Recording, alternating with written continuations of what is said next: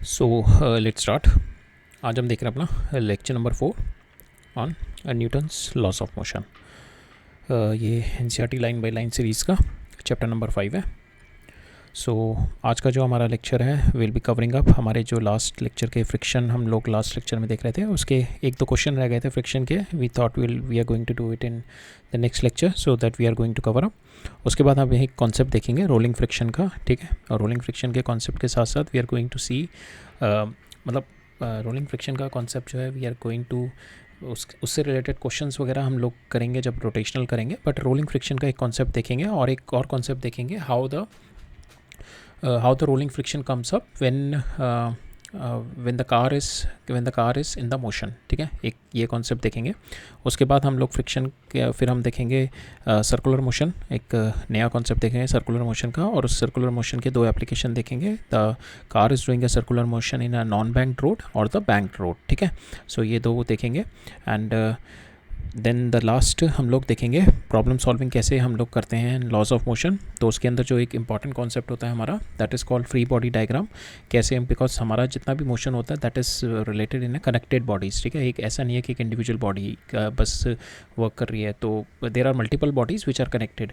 तो हम लोग फ्री बॉडी डायग्राम हम लोगों का, अगर if we have to solve the equation, if you have to apply the motions equation, so उसका एक we have to do a free body diagram. We have to isolate the body first and then apply all the forces and then we have to apply the Newton's law. तो हम वो वाला concept देखेंगे इन the last part. देखते हैं हम लोग कैसे कॉन्सेप्चुअली बिल्डअप करेंगे। आज हम सबसे पहले देखेंगे, we have already seen, we are not going to see this, we are going to start from the Newton's second law. We are not going to see this but we link, that's how we are going to link. Newton second law हमने देखा था, Newton second law में हमने देखा था net external force जो होती है हमारी that is going to be equal to mass into the acceleration it is going to get produce. So उसके अंदर हमने देखा था जो नेट फोर्सेस जो हमारी होती हैं दो तरीके की होती हैं, एक तो होती है कॉन्टैक्ट फोर्सेस और non contact forces. Non contact forces हमने देखी थी ग्रेविटेशन। कॉन्टैक्ट फोर्सेस जितनी भी होती हैं that is a result of our electromagnetic forces. जो हमारे पार्टिकल जो हमारे कंस्टिट्यूएंट्स होते हैं at a micro level, so they are all charged, ठीक है। So they are not charge, they are all having the charges on them, positive negative होते हैं। न्यूक्लियस हमारे एटम्स, न्यूक्लियस और इलेक्ट्रॉन, जिसकी वजह से द नेट अट्रैक्शन और repulsion is going to give rise these forces. तो इसमें कॉन्टैक्ट फोर्सेस में दो तरीके की फोर्सेस हम लोगों ने देखी थी, एक तो नॉर्मल देखी थी और दूसरी हमने फ्रिक्शन देखी थी, ठीक है। जो नॉर्मल साइड लगती है वी कॉल इट अ, जो कॉन्टैक्ट सरफेस है मेरा, अगर उस पर नॉर्मल फोर्स लग रही है तो we call it a normal. And parallel अगर कोई एक फोर्स लग रही होती है the net force which is in the parallel which we call a frictional force. और फ्रिक्शन में हमने दो तरीके का with further we have studied the friction. One is called the static friction, one is called the kinetic friction. Static friction होता है जब मेरा impending motion होता है। impending motion मतलब कि एक्चुअली मोशन नहीं हो रहा, अगर फ्रिक्शन नहीं होती तो मोशन हो रहा होता, ठीक है। तो एक्चुअली में the body is at rate, motion नहीं हो रहा है, ठीक है। बट काइनेटिक मोशन में there is a relative motion happening and we have seen के फ्रिक्शन जो होता है that is not opposing the motion, that is opposing the relative motion, ठीक है। फिर उसके बाद हम लोग स्टैटिक मोशन में we have seen two important thing के how static motion is helpful in the motion of our walking, running, swimming, और the car जो move करती है, कार के भी जो wheels move करते हैं that is also because of the static friction. तो we are going to see these two concept कि हमारे walking में किस तरीके से static friction help करती है और हमारे रनिंग में और वॉकिंग से ही हमारे जो कार ड्राइविंग में किस तरीके से स्टैटिक फ्रिक्शन इज़ हेल्पिंग, ठीक है। और यही कॉन्सेप्ट हम लोग लिंक करेंगे फिर हमारा रोलिंग फ्रिक्शन से, ठीक है। We are going to link the concept with the rolling friction. फिर एक बार जब कार स्टार्ट हो जाती है तो उसके अंदर एक फ्रिक्शन आती है which is called rolling friction. Then we are going to see what is this rolling friction and why this rolling friction is coming. फिर हम देखेंगे कि फ्रिक्शन जो है that is not always, it's not always a bad thing. So friction is really critically required, critically needed in the following, like in your walking also. If the friction is not there then it is not possible for you to walk, run, swim, and even for the car motion also it is one of the external force, which is letting the car moving, ठीक है। सो हम लोग ये देखेंगे कि why the friction, static friction has been critically needed in all this motion examples, ठीक है। फिर उसके बाद हम लोग वी आर गोइंग टू सी कि फ्रिक्शन हमारा जो हम लोग फिर हम सर्कुलर मोशन पढ़ेंगे। सर्कुलर मोशन में जो एक कॉन्सेप्ट पढ़ेंगे हम लोग पहले सेंट्रीपिटल फोर्स का। तो हम लोग देखेंगे what is this centripetal force and how come this force has come, ठीक है। पहले ये कॉन्सेप्ट देखेंगे, फिर हम दो एग्जांपल्स देखेंगे। सर्कुलर मोशन का एक एग्जांपल देखेंगे, the car is take is moving on a circular road, ठीक है, उसके अंदर car is moving in a circular road. उसके अंदर भी हम लोग दो फर्दर कॉन्सेप्ट पढ़ेंगे, एक तो car is moving on a level road और car is moving on a banked road. Level road का मतलब प्लेन में जा रही है और बैंक्ड रोड का मतलब द रोड इज, सो इस पे सर्कुलर टर्न ले रही है और यहाँ पे क्या है, बैंक्ड रोड पे सर्कुलर टर्न ले रही है, ठीक है। So some theta angle is there.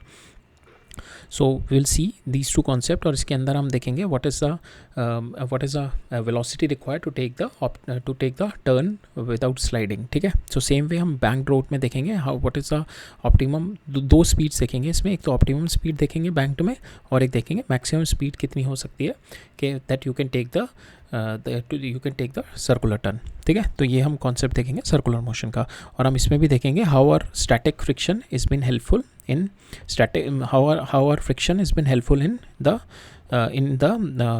this circular motion, ठीक है। we are going to see how the friction is helping in the circular motion।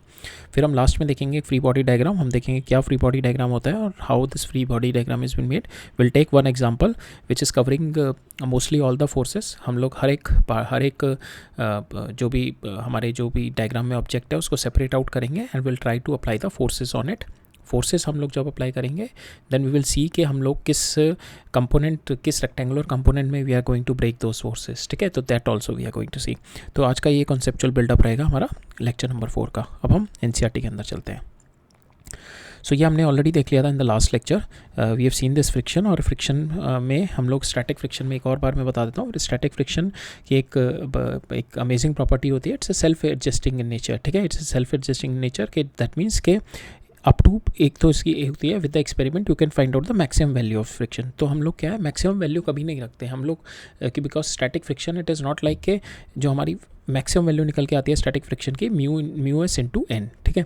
हमारी static friction is always less than this and static friction is depending on the force applied, ठीक है। जितनी आपकी force apply होती रहेगी उतनी friction बढ़ती रहेगी, ठीक है।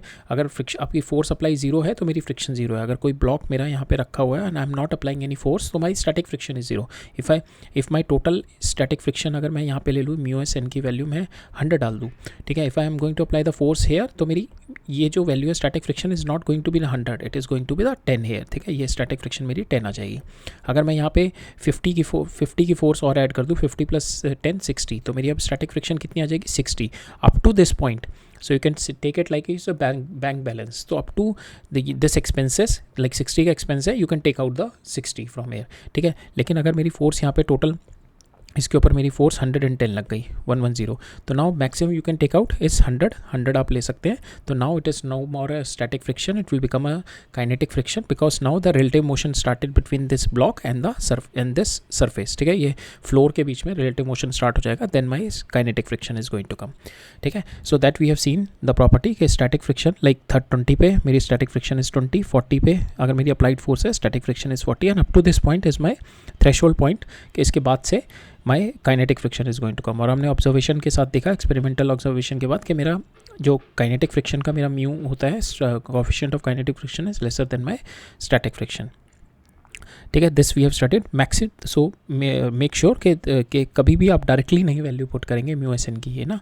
Mu S n is the maximum one. जब भी आपको क्वेश्चन में इस तरीके से दे रखा होगा कि आपको रिक्वायरमेंट पड़े कि मैक्सिमम पुट ऑन वैल्यू करनी है म्यू एस की एस के फ्रिक्शन की then only put mu S n, otherwise the static friction will always be कि उसके ऊपर जो नेट एक्सटर्नल फोर्स लग रही होगी दैट इज़ अगर वो स्टेशनरी है अगर the object is at rest तो at that time static friction maximum होगी mu S N but it is the maximum one. It can take the value anything from 0 to mu S N जब भी object is at rest and we are applying the force, ठीक है। So just remember this thing. फिर हमने kinetic friction भी देख लिया।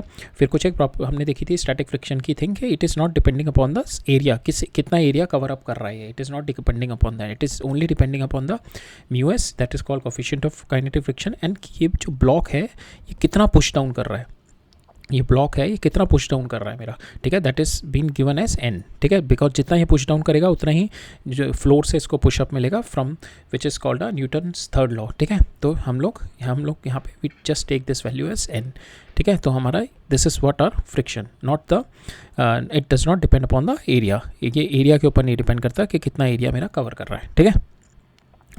ये हमने देख लिया था। This we have all seen. Now this also we have seen कि जो हमारा फ्रिक्शन होता है that is not opposing the motion but in fact it is helping the motion. If you see this example, हमने ये example देखा था, अगर ट्रेन आगे मूव कर रही है ए एक्सेलरेशन से एंड द ब्लॉक भी आगे ए एक्सेलरेशन से, फॉर द ग्राउंड ऑब्जर्वर कि अगर ये block with respect to train rest पे रखा हुआ है तो ब्लॉक ये जो ऑब्जर्वर मेरा ग्राउंड पे खड़ा हुआ है उसको भी ये ब्लॉक ए एक्सेलरेशन से मूव करता हुआ दिखेगा, बट इसके ऊपर कोई एक्सटर्नल फोर्स नहीं है. Then how come it is moving with a? So it is because of the static friction between the ground and the this between the train's surface and this block. That static friction is helping this block to move with this a acceleration. So that there we have seen कि friction opposes the relative motion. अब यहाँ पे friction लग रही है, it is not opposing the motion, it is helping the motion of this block in a direction, but it is opposing the relative motion. वो कैसे कि ये वाला सपोज ये ऐसे रखी हुई है, ये वाला जो पोर्शन है मेरा ए से आगे जा रहा होगा एंड नाउ अब क्या होगा, ये रिलेटिव मोशन होगा, ये रेस्ट पे है, ये आगे जा रहा है, तो इस पर क्या करेगा, ये ब्लॉक जो है एक फ्रिक्शनल फोर्स पीछे लगाएगा एफ, और same equal and opposite force इस पर, बिकॉज टू बॉडीज़ है हमारी right away, the another force is going to come equal and opposite. ये फ्रिक्शन फोर्स इस पर ऊपर वाले ब्लॉक पे ऊपर लग रही होगी, so this friction force is going to help him in moving in this acceleration. This is my external force, this is our external force. So friction, always remember, it is not opposing the motion, it is always opposing the relative motion. So इस example में हमारा motion भी हो रहा है, relative motion भी हो रहा है, friction is helping the motion but friction is opposing the relative motion. ठीक है, फिर हमने इसके बेसिस पे एग्जाम्पल देखा था. अब हम आज का स्टार्ट करते हैं. आज हम एग्जाम्पल देखते हैं जो हमारा लास्ट लेक्चर से पेंडिंग था. सो इसके अंदर हमारे को देखा है सीधा फिगर 5.11 मास, ये मेरे को मास दे रखा है 4 kg का, rest on the horizontal plane. Mass of 4 kg rest on the plane is gradually inclined. Okay, ये पहले मास रेस्ट पे रखा, पहले ये ऐसे प्लेन था, ठीक है, ये ऐसे था, और फिर इसको धीरे धीरे मैं इंक्लाइन कर रहा हूँ, ठीक है, आई एम इंक्लाइनिंग इट. सो अब ये यहाँ पे आके इस पोजीशन पे आ गया है. So the plane is gradually inclining up to this angle with the horizontal. इस पॉइंट पे the mass has started begin sliding down. So now इस पॉइंट पे स्लाइडिंग डाउन हो रहा है, that means it is on the verge of sliding. तो मैं यहाँ पे जो ये इसके नीचे गिरने की टेंडेंसी क्या है, नीचे गिरने की टेंडेंसी है, ठीक है. So that means friction will be applying on it forward backward, ठीक है, बिकॉज इसकी रिलेटिव मोशन की टेंडेंसी क्या है विद रिस्पेक्ट टू दिस. ये तो मेरा सरफेस, मेरा रिलेटिव इसका क्या है, रेस्ट पे है. ब्लॉक की मेरी टेंडेंसी है नीचे गिरने की, तो ब्लॉक को क्या फ्रिक्शन जो है रिलेटिव मोशन को अपोज करेगा, तो ब्लॉक को ये अपोज करेगा यहाँ पे, ठीक है, ब्लॉक के रिलेटिव मोशन को it is going to oppose. तो नाउ फ्रिक्शन इस पे पीछे लगेगा, और मेरे को पूछा है कि ये मेरा एंगल जो पहुंच गया ना, इस पे जस्ट मेरा मोशन स्टार्ट हो रहा है, ठीक है, जस्ट मेरा मोशन स्टार्ट हो रहा है. तो now I can put the value of mu s into n, ठीक है, because this is the point when my this is ये, बिकॉज अगर ये यहाँ पे 15 नहीं होता, 10 डिग्री होता, then I can not take this value mu S n, because यहाँ पे वो बोल रहा है कि 15 डिग्री जैसी पहुँचा ना मेरा, then this block started moving down, ठीक है, this block is on the verge of coming down, just begin to slide. So in this case when it is just begin to slide, then my it is just overcome my static friction, ठीक है, it is just reach the final stage, ठीक है, जो इसका ये वाली value होती है ना, इसकी दिस वैल्यू थ्रेशोल्ड वैल्यू पे पहुँच चुका है इस time. So at this point it is started coming down. तो हम यहाँ पे एफ एस की value we can put it F S S mu S into N, ठीक है. अब हम निकालते हैं, हमें निकालना है coefficient of static friction between the block and the surface. अब हम क्या करते हैं, अभी हमने एफ वी डी पढ़ा नहीं है, बट हम इस पर we are going to apply the forces on the block. के ब्लॉक के ऊपर कौन कौन सी फोर्सेस लग रही है, क्योंकि हमें पता है block is at equilibrium, block is not moving, it is on the verge of moving. अब ब्लॉक के ऊपर फोर्सेस लगाते हैं, एक तो ग्रेविटी हमेशा लगेगी इस पर, ठीक है, ग्रेविटी को, ब्लॉक का टेंडेंसी क्या है मोशन की इस डायरेक्शन में, so will break down the M G into along this direction and this direction. तो हम we are going to take this as our X Y plane, ठीक है, इसको रेक्टेंगुलर प्लेन लेंगे. सो यहाँ पे एम जी को मैंने ये लिखा, मैंने एम जी को ब्रेक कर दिया, this angle is theta, this angle is theta, ठीक है. इससे इफ़ यू एक्सटेंड दिस, तो ये वाला एंगल कितना आ गया, दिस इज़ 90, सो ये 90 माइनस थीटा आ जाएगा, एंड दिस एंगल इज, ये वाला एंगल 90 है, तो this angle will come theta, ठीक है. सो ये वाला एंगल मेरा थीटा आ गया. So now this angle is, this is M G cos theta, हमने देखा था वेक्टर में, we are resolving the vector, this M G vector we are resolving in to perpendicular rectangular coordinate. ये हो गया एम जी कॉस थीटा, ये हो गया मेरा M G sine theta. Friction इस पे, because it is just on the verge of coming down, so the friction is in this on the block, not on the, so we are separating down this block. तो यहाँ पे हम इस पे M जी नीचे लगाते हैं, ठीक है, एक एम जी, ये मेरा एम जी कॉस थीटा हो गया, ये मेरा एम जी साइन थीटा हो गया, ठीक है, और इस पर फ्रिक्शन ये लग रही है इस डायरेक्शन में, and we take the complete static friction that is mu S into N, ठीक है, और इस पर एक नॉर्मल ग्राउंड से लग रहा होगा दैट इज़ नॉर्मल। अब इसका वर्टिकल डायरेक्शन में कोई भी मोशन नहीं हो रहा, तो delta F Y is equal to 0 ये वाली डायरेक्शन में, so we can equate this forces and this forces, but इस डायरेक्शन में it is on the verge, but it is still F delta F X is 0, it is not moving, so we can take it delta F X is equal to 0, so we can equate this and this, ठीक है, इन दोनों को भी equate कर देते हैं। अब इन दोनों को इक्वेट करके will see what is going to come. So as theta increases, हमने देखा ना जैसे जैसे थीटा इंक्रीज़ करेगा, पहले इस पोजीशन पे कुछ और माई स्टैटिक फ्रिक्शन होगी, और जैसे जैसे मेरा थीटा इंक्रीज़ करता रहेगा माई स्टैटिक फ्रिक्शन की जो भी वैल्यू होगी दैट इज़ एडजस्टिंग, और इस 15 डिग्री पे जाके it is going to slide down, so 15 degree पे इट हैज़ रीच्ड इस threshold value, so that's why we put the maximum value here mu S N रख देंगे। तो now we are going to equate this thing, तो M G sine theta हमारा F S के बराबर हो गया, और एम जी कॉस थीटा हमारा एन के बराबर हो गया। अब हम इसको डिवाइड कर देंगे तो हमारी वैल्यू आ जाएगी tan theta comes out to be equal to this का, इसको एफ एस को मैंने म्यू एस इंटू एन रखा, डिवाइडेड बाय एन हो गया ये वाला, ठीक है, इसको एन से एन कैंसिल कर दिया, तो मेरा tan theta comes out to be equal to mu, ठीक है, म्यू के बराबर आ गया। सो here theta max is depends only on the mu s, it is independence on the mass of the block, तो यहाँ पे बस थीटा मेरा it is depending upon the जो थीटा है this is, so this theta is depending upon the ये जो इसका फ्रिक्शनल जो सरफेस है, जो मेरा सरफेस पॉइंट ऑफ जो दोनों का मेरा सरफेस है, कॉन्टैक्ट सरफेस है, इसके म्यू एस पे डिपेंड कर रहा है, इसके कोफिशिएंट ऑफ स्टैटिक फ्रिक्शन पे डिपेंड कर रहा है, it is not depending upon the mass of the object. आप मास जितना मर्जी बड़ा रख लो, अगर म्यू एस मेरा म्यू एस ही है तो ये 15 डिग्री पे ही नीचे गिरेगा, ठीक है, म्यू एस मेरा सेम ही है, तो आप मास जो मर्जी चेंज कर दो, छोटा ले लो बड़ा ले लो, it is going to come down at 15 degree only, ठीक है, because it is depending upon mu S, ठीक है, my theta is depending upon mu S, it is not depending upon the mass. Second देखते हैं इस question में क्या कह रहा है, what is the acceleration of the block and the trolley system. ये मेरा this is my block and ये ट्रॉली सिस्टम है मेरा, ठीक है, this is my block and trolley system shown in the figure. If the coefficient of kinetic friction between the trolley and the surface is this, if the coefficient of kinetic friction, so that means kinetic friction है, तो this block must have started moving, so इसमें relative motion start हो गया, so kinetic friction on this trolley will be at the backward, because relative motion क्या होगा अभी बार बार नहीं बताऊंगा, बस अभी last time I am telling it कि अब इसके अंदर क्या है कि दिस इज़ माई रेस्ट, इसकी वेलोसिटी कितनी है 0, अब ये मेरा इधर डायरेक्शन में मूव करेगा, अब इन दोनों के रिलेटिव मोशन स्टार्ट हो जाएगा ना, because it is moving here, it is at 0, तो इस रिलेटिव मोशन को ये रेजिस्ट करेगा, that's why the friction is going to come back on here, और नीचे वाले सरफेस पे फ्रिक्शन ऐसे आएगा इक्वल एंड अपोजिट, ठीक है।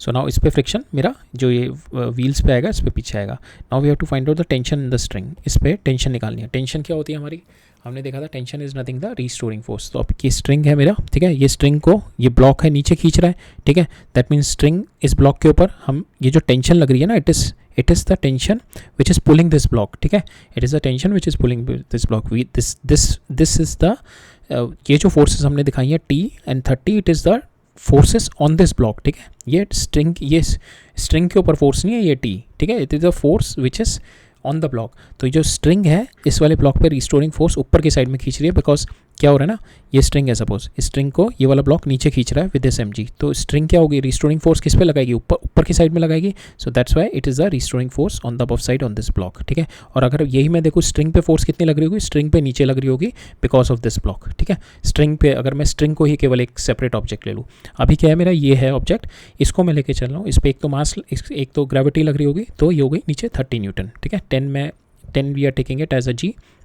सो 10 × 3 30।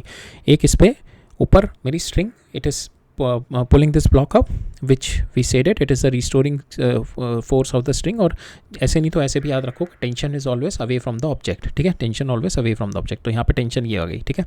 सो ये मेरे इसका हो गया।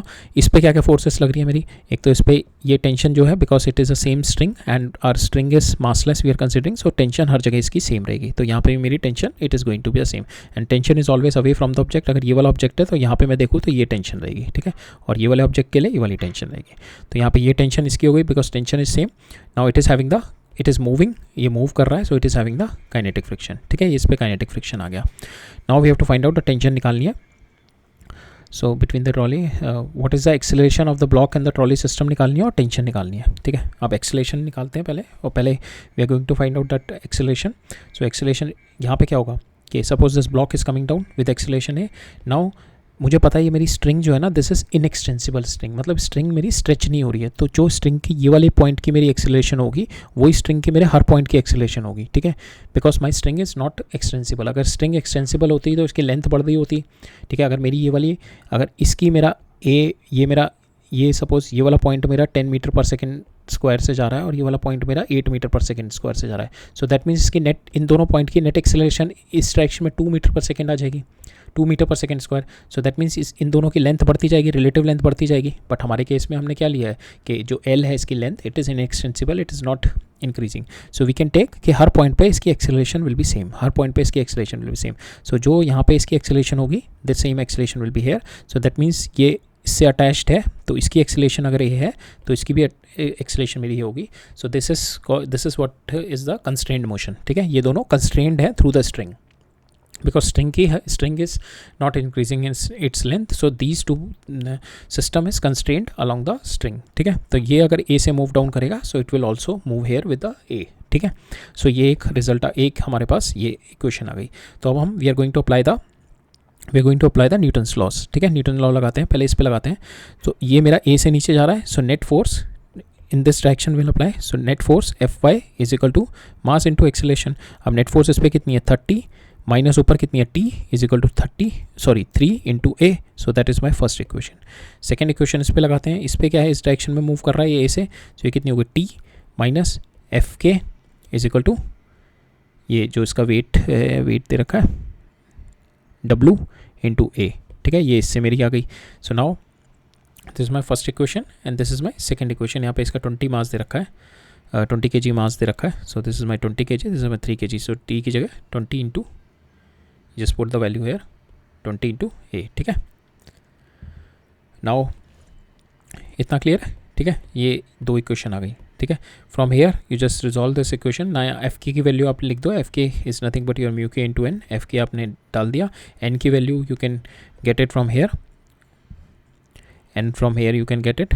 सो इसका mg हो गया, ठीक है। ये ऊपर इस पे नीचे mg हो गया, ऊपर नॉर्मल लग रहा होगा इस पर, बिकॉज mg इसका वेट नीचे है जो from the earth it is coming, ठीक है। इस एंड ये जो मेरा सरफेस है, ठीक है, because it is now pushing the surface down, जो कि हो गई n इंटू जो ये मेरी ट्रॉली ऑन द सरफेस, ठीक है। सेम ये जो सरफेस से ट्रॉली के ऊपर एक लग रही होगी मेरी n into surface on the trolley because of surface.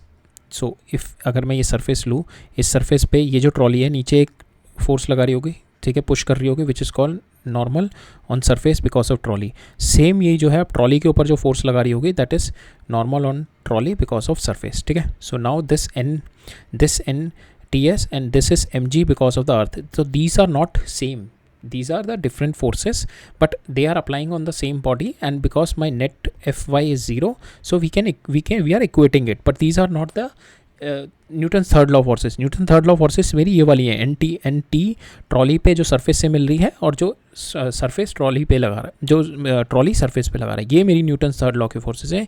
ये एम जी और N is not my Newton third law forces, ठीक है। तो यहाँ पे जो मेरा बस because it is not moving in F Y is equal to 0 है, तो आई कैन से कि जो एन मेरा यहाँ पे, बिकॉज फर्स्ट लॉ क्या बोलता है मेरा कि because it is at rest, so मेरा net external force will be 0। Net external force in Y direction कितनी हो जाएगी, एन ही हो गई, और इट माइनस एम जी मैं ले लूँ, it is equal to 0, so N comes out to be equal to M G here. So यहाँ से मेरा नॉर्मल आ जाएगा, normal I will put it in this F K, ठीक है। एफ के में नॉर्मल डाल दूंगा, दिस नॉर्मल आ गया 20 इंटू 10, एफ के में डाल दिया। I just put the value here, एक इक्वेशन ये आ गई, and this equation will put it in this equation.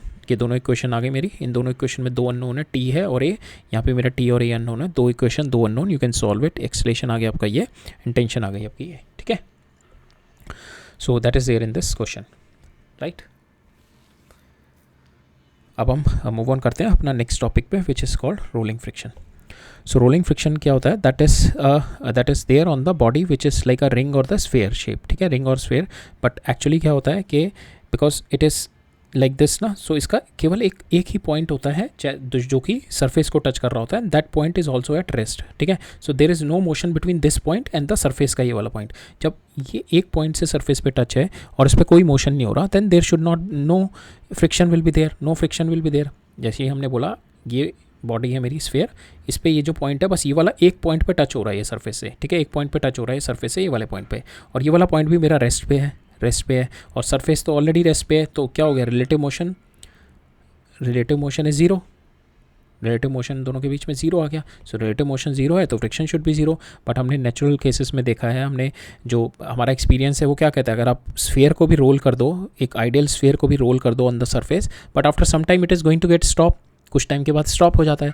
या एक व्हील जो होता है हमारा कार का व्हील भी होता है कि आप थोड़ा उसको पुश कर दो कार को, तो after some time it is going to get stop, तो definitely there is a friction on it, there is a friction if you are going to push it here, if it's going to move with velocity here, then there is a friction on this side, and that friction arises because of the deformation of this sphere with the surface, ठीक है, ये इस तरीके से deform हो जाता है, ठीक है। तो ये डिफॉर्मिटी बहुत छोटे लेवल पे है, तो इस तरीके से ये डिफॉर्मेशन हो जाती है इस केस, ये एक पॉइंट पे नहीं रहता जैसे कि हमने यहाँ पे कंसीडर किया, that is a very ideal case, तो एक पॉइंट पे नहीं रहेगा, इसका जो बॉटम मोस्ट सरफेस है वो एक डिफॉर्म हो जाएगा। अभी डिफॉर्म हो जाएगा तो इसके ऊपर यहाँ पे ये कॉन्टैक्ट फोर्सेस लगेंगी, इस पे जो परपेंडिकुलर फोर्सेस निकलेंगी वो सारी मेरी नॉर्मल बन जाएंगी, और जो मेरी ये वाली फोर्सेस आ जाएंगी, जैसे इसका कंपोनेंट एक इधर आएगा, इसका कंपोनेंट भी इधर आएगा, so these forces are my frictional forces जो पैरेलल इसके सरफेस की आ जाएंगी, this going to create my rolling friction, और जो परपेंडिकुलर जो होंगे that is my normal to the surface, normal इस पे लगेगी, ठीक है। So these are the normal forces contact पे, और इसके जो कंपोनेंट मैं निकालूंगा, एक ये कंपोनेंट, ठीक है, एक ये कंपोनेंट, इसका भी कंपोनेंट एक ये निकालूंगा, एक इधर आएगा, इसका भी एक इधर आएगा। सो ये जैसे उठे हुए पोर्शन पे कंपोनेंट तो सारा एक पैरेलल कंपोनेंट इधर आएगा ना, so that is going to give rise to my friction, ठीक है, ये फ्रिक्शन देगा, इसकी वजह से रुक जाता है ये। So that is what it is there. But ये वाली जो रोलिंग बॉडी होती है मेरी, सर्कुलर बॉडी जैसे स्फीयर हो गया, रिंग, इसकी जो फ्रिक्शन होती है ना, that is like 2 to 3 times laser than my 2 to 3 orders, मतलब 10 to the power 2, 10 to the power 3 like that, 2 to 3 orders in magnitude lesser होती है मेरी नॉर्मल स्टैटिक और स्लाइडिंग फ्रिक्शन से, ठीक है। It is 2 to 3 orders lesser than my static or sliding friction. So that is like one of the greatest invention. The discovery of wheel is the major milestone.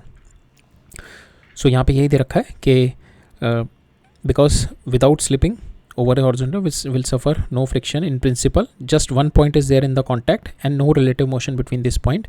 So ideal की situation क्या है, static friction और kinetic friction zero, it will continues to roll with a constant velocity in practice. but हमने क्या देखा है, थोड़ी दूर बाद जाके रुक जाता है, that ये रुकने का क्या रीज़न है इसका, तो रोलिंग फ्रिक्शन आ जाती है उसमें, और रोलिंग फ्रिक्शन किस वजह से आती है, surfaces in contact get momentarily deform a little, ठीक है, हमने देखा ना ये कुछ टाइम पीरियड के लिए this will get deform a little, जिसकी वजह से मेरी will get for a finite area, because of that we got a contact forces आती हैं, जो एक perpendicular force आती है that will give rise to the normal, और जो parallel आती है component of the contact force parallel to the surface which is my opposing my motion. So this is what my rolling friction. So हमने देखा था कि friction is undesirable है in certain cases when there is a relative motion, like for instance in machine different part are moving, so because of friction क्या होता है, उसमें heat energy निकलती है, उसकी efficiency कम हो जाती है, dissipate the power. so उस केस में avoid करने के लिए friction को what we do, we apply the lubricants लगाते हैं एक तो, जिसकी वजह से friction कम हो जाता है, मेरा म्यू एस कम हो जाएगा, ठीक है, म्यू के कम हो जाएगा lubricant लगाने से। दूसरा क्या है, हम लोग बॉल बेयरिंग्स यूज़ करते हैं। बॉल बेयरिंग्स का मतलब हो गया कि इन दोनों सरफेस के बीच में we put a small balls, ठीक है। तो अब ये वाला जब मूव करेगा इसके ऊपर, ठीक है, ये वाला जब मूव करेगा तो इसके अंदर एक रोलिंग फ्रिक्शन आएगा। हमने देखा rolling friction is 2 to 3 orders lesser than our static and kinetic friction, ठीक है। तो हम लोग will put the rolling balls to reduce the friction, तो बॉल बेयरिंग्स हम लोग यूज़ करते हैं। Third is we use a thin cushion of air to reduce the under friction. So suppose this disc is moving on this surface, इसके ऊपर move कर रही है, अगर if we inflate the balloon and the air will be created into it, ठीक है, इसके बीच में एयर क्रिएट हो गई, so this because of this air now the friction will be reduced between this disc and the surface, ठीक है। बहुत ही पतली सी एक लेयर बन जाती है एयर की, which is work as a intermediary between this surface and this surface, ठीक है, जिसकी वजह से मेरा फ्रिक्शन और कम हो जाता है, ठीक है। so these are the 3 ways when the friction is undesirable, तब इन 3 जगह से I can reduce down my friction with the lubricant, with the ball bearing and with the thin cushion of air. So this ball bearing, यहाँ पे rolling friction आएगी इन ball bearings में, ठीक है। और हमने देखा रोलिंग फ्रिक्शन ऑलरेडी बहुत कम होती है हमारी, बहुत कम तो नहीं, मतलब it is lesser than our static and kinetic friction, ठीक है। But there are situation where the friction is critically needed, ठीक है। It is not like friction is a bad thing, there are condition where friction is critically needed, it is required when you have to stop the relative motion. अगर कोई car चल के आ रही है, so you are applying the brakes to stop it, you are applying the brakes to stop it. और आपने देखा होगा कि जो व्हील जितना मर्जी बड़ा हो, बट जो ब्रेक का शू का साइज़ है that is like almost the same. Why? Because हमारी जो फ्रिक्शन है that is not depending upon the area. ठीक है, वो एरिया ऑफ कॉन्टैक्ट पे डिपेंड नहीं करती है. ऐसा नहीं है कि बड़े टायर हैं तो बड़ा मेरे को ब्रेकिंग शू चाहिए उसको रोकने के लिए, और छोटे टायर हैं तो छोटा शू चाहिए. नो, बिकॉज एरिया पे डिपेंड नहीं करता हमारा फ्रिक्शन जो है. So that's why brake shoes के साइज़ मोस्टली सेम रहते हैं. So in the it is made to use by the brakes. ठीक है, क्विकली स्टॉप करना होता है. So in this case the friction is required to stop the machine, to stop the automobile. Second is for your walking and for the car to move. ठीक है, सो अब हम थोड़ा वॉकिंग वाला देख लेते हैं because it's an interesting case कि वॉकिंग किस तरीके से होती है हमारी. सो वॉकिंग में क्या होता है ना बेसिकली कि you suppose you push the ground. ठीक है, आपने यहाँ से you walk like this, you tilt forward and you push the ground. आपने यहाँ पे ग्राउंड को पुश किया. ठीक है, ये जो आपने ग्राउंड को पुश किया, ठीक है, यहाँ पे इसके दो कंपोनेंट हो गए, एक ये कंपोनेंट हो गया, एक ये कंपोनेंट हो गया. अगर मेरा फ्रिक्शन नहीं है, अगर यहाँ पे फ्रिक्शन बहुत कम है, ठीक है, तो आपका ये पैर पीछे स्लिप हो जाएगा बिकॉज फ्रिक्शन ही तो है आपके पैर को पीछे नहीं स्लिप होने दे रहा. फ्रिक्शन नहीं तो होल्ड किया हुआ ना. अगर आपने ऐसे फोर्स लगाया तो ये आपका इस डायरेक्शन में you are pushing the ground. ठीक है, अगर यहाँ पे फ्रिक्शन ना हो तो your this leg will be slipping here. आपका लेग इधर पीछे की साइड में स्लिप हो जाएगा अगर फ्रिक्शन नहीं है. Because of this friction only your leg is not pushing back. ठीक है, your leg is not pushing back. तो जितना भी आप फोर्स लगा रहे हैं उतना का उतना आपको पुश बैक मिल जाता है फ्रॉम द ग्राउंड. ठीक है, न्यूटन थर्ड लॉ, आपने यहाँ पे पुश किया, you will get the push back, complete push back मिल गया.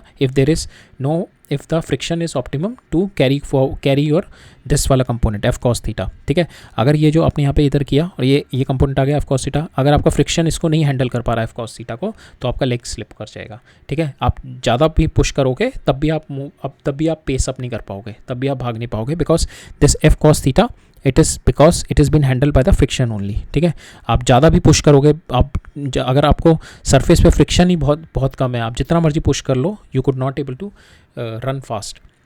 रनिंग फास्ट के लिए मुझे क्या चाहिए होता है यहाँ पे. सो यहाँ पे जो मेरा एफ कॉस थीटा है, it is depending upon my static friction. ठीक है, क्योंकि कोई स्लिपिंग नहीं हो रही ना मेरे पैर में. जो मेरा पैर यहाँ पे आएगा और जो मेरा ग्राउंड हो गया. ठीक है, ग्राउंड का सरफेस और जो मेरा पैर आया, ठीक है, ये वाला जो मेरा पैर आया, इसके बीच में मेरा पैर और ग्राउंड के बीच में कोई फ्रिक्शन, कोई मेरा स्लाइडिंग तो हो नहीं रही. That means the static friction is there. ठीक है, स्लाइडिंग नहीं हो रही. बट स्टैटिक फ्रिक्शन की मैक्सिमम वैल्यू कितनी होती है मेरी? This is mu into N. अब यहाँ पे दो चीज़ों के ऊपर डिपेंड करता है. म्यू का मतलब जो मेरा ग्राउंड है और मेरा जो शू है, इन दोनों के बीच में फ्रिक्शन, कोफिशिएंट ऑफ फ्रिक्शन. तो अगर मैं शू अच्छी क्वालिटी के पहनूँ या मेरा ग्राउंड जो हो काफ़ी फ्रिक्शन हो ग्राउंड में, ठीक है, I am not running on a ice, ठीक है, I am running on a ground which is having higher friction, तो I could able to push hard and I could able to run fast on that set of ground. ठीक है, ice पे हम लोग क्यों नहीं भाग पाते? क्योंकि ये वाली जो चीज़ होती है ना, ये वाली चीज़ ये मेरी कम हो जाती है. वो ये वाली चीज़ मैं ज़्यादा नहीं हो सकती, क्योंकि अगर ये ज़्यादा हो गई फिसल जाऊंगा मैं. तो मेरे को ये कम करनी पड़ती है एफ पुश कॉस थीटा. वो किस लिए क्यों कम करनी पड़ती है? बिकॉज मेरी स्टैटिक फ्रिक्शन इज़ लेस. क्यों? बिकॉज मेरा म्यू इज़ लेस. यहाँ पे म्यू कम होता है. ठीक है, और म्यू इतना कम होता है कि मेरे को नॉर्मल बढ़ाना पड़ता है. नॉर्मल बढ़ाने के लिए क्या है, ये मेरा वर्टिकल पुश है, ठीक है, this push is nothing but your normal. ठीक है, मेरे को ये वाला पुश बढ़ाना पड़ता है. तो इस वाले पुश के लिए मेरे को साइन थीटा बढ़ाना पड़ेगा. ठीक है, यहाँ पे पुश क्या है, एफ पुश साइन थीटा. तो अगर मैं साइन थीटा बढ़ाऊंगा, दैट मीन्स ये वाला जो एंगल है it is coming like this, ये थीटा आएगा. So that means you are taking a very vertical steps. ठीक है, तभी हमने देखा होगा हम आइस में we are walking vertically, almost vertical walk करते हैं. ठीक है, हम एंगल पे पुश नहीं कर सकते. ठीक है, तो यहाँ पे जो फ्रिक्शन, अब मेरे को अगर तेज़ भागना है मेरे को ये म्यू और एन बढ़ाना है. ठीक है, और एन जो है मेरा एन बढ़ाऊंगा तो मेरा ये कॉस थीटा कम हो जाएगा. बिकॉज एन बढ़ाने के लिए क्या करना पड़ेगा मेरे को? एन बढ़ाने के लिए मेरा ये F cos theta is equal to N है ना, मेरा ये एफ कॉस थीटा. तो यहाँ पे अगर मैं एन बढ़ाऊंगा तो मेरा थीटा बढ़ेगा तो ये बढ़ेगा तो मेरा एफ कॉस थीटा कम होगा. Because theta is increase, F cos theta is going to get decrease, cos theta कम होगा मेरा. If my cos theta is decreasing then this force is going to get decrease. ये force कम हो जाएगी मेरी अगर मेरा कॉस थीटा. सो यहाँ पे मेरे को एन के साथ ऑप्टिमली करना पड़ता है कि I have to apply the N in a manner कि मैं पीछे भी ना फिसलूँ, मेरा ये एफ जो है मैक्स ओवर भी ना हो जाए. ठीक है, तो इसलिए मैं या तो बहुत अच्छी क्वालिटी के शूज़ पहनूंगा. If I am running on a ground where there is a optimum friction, और नहीं है तो I make the friction with my shoes. Even आपके पास भी बहुत अच्छे भी शूज़ हैं, then also you need this F push. ठीक है, एफ पुश कॉस थीटा. ठीक है, कॉस थीटा तो आपको मैनेज करना पड़ेगा बिकॉज आपको वेट भी हैंडल करना है अपना, बिकॉज वेट भी आप एन भी नहीं कम कर सकते ना। आपने अगर पुश बिल्कुल ऐसे एंगल से कर दिया, ठीक है, यहाँ पे तो एंगल ये थीटा है, suppose you push it with this angle, तो इस एंगल से पुश किया तो आपका तो वेट ही कुछ नहीं, आप आगे साइड में गिर जाओगे। आपने इस एंगल से पुश कर दिया तो आपका ये एन कम हो गया ना यहाँ पे, तो इस एंगल से पुश किया तो ये एफ साइन थीटा ये जो आएगा यहाँ पे, थीटा कितना हो गया, दिस इज माई थीटा, तो थीटा कम हो गया, F sine theta, F push कम हो गया, तो आपका ये वेट जो होगा दिस वाला कंपोनेंट वेट वाला ये कम हो जाएगा, ठीक है। तो यहाँ पे मेरा फ्रिक्शन फिर भी कम हो जाएगा because your normal is less, so you have to optimize this thing. One way is to increase it with your shoes, आप ये फ्रिक्शन बढ़ा सकते हैं विद योर शूज़, ठीक है, कोफिशिएंट ऑफ फ्रिक्शन बढ़ा सकते हैं। तो बेसिकली इसमें यही होता है। सो यहाँ पे आपने पुश किया इसको, so because the friction is there this thing can be handle, और फ्रिक्शन कब तक हैंडल कर सकता है, till this mu S into N, ठीक है। तो यहाँ पे अगर म्यू जो है मेरा आइस है तो म्यू बहुत कम है तो आप स्लिप कर जाओगे, और स्लिप नहीं करने का तरीका दूसरा क्या है, आप एन बढ़ा दो यहाँ पे, ठीक है। अगर म्यू एस छोटा है तो आप एन बढ़ा दो, एन बढ़ाने के लिए क्या है, आप वर्टिकल स्टेप्स लो, थोड़े इतने एंगल के साथ स्टेप्स मत लो, ठीक है। सो यहाँ पे क्या होता है हमारा, जैसे आप ये पुश करते हो तो ground is pushing you forward, so this is because of the friction, this is the frictional force which is coming on to you which is letting you move forward, ठीक है। जितनी बड़ी ये फ्रिक्शन होगी, जितनी बड़ी ये फ्रिक्शन होगी, सो उतना ही it is you will get the push, ठीक है, जितना ज़्यादा वैल्यू आपकी स्टैटिक फ्रिक्शन की होगी, ठीक है। So that's how the motion is happening है, ठीक है। सो आपने इसको ग्राउंड को पुश किया, ग्राउंड ने आपको पुश किया, एंड दिस फोर्स जो आपने जो पुश ग्राउंड को किया हुआ, this force you will get the full force when your F static is handling this force, ठीक है। सो इसलिए friction is required here, friction is critically needed here. Now next case देखते हैं friction का, when you required to drive the car. तो अगर आपकी suppose you are having the forward wheel drive मतलब इंजन आपका ये, सो फॉरवर्ड व्हील ड्राइव का मतलब हो गया आपका दिस इंजन,